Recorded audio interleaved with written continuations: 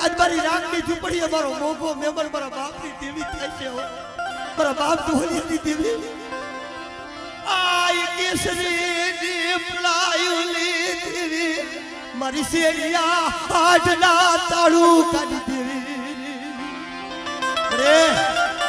એ તું કઈશ રે તો વનના રોદડા કરીને હાકી મેઘ્ય પર દુજા વસ્તીના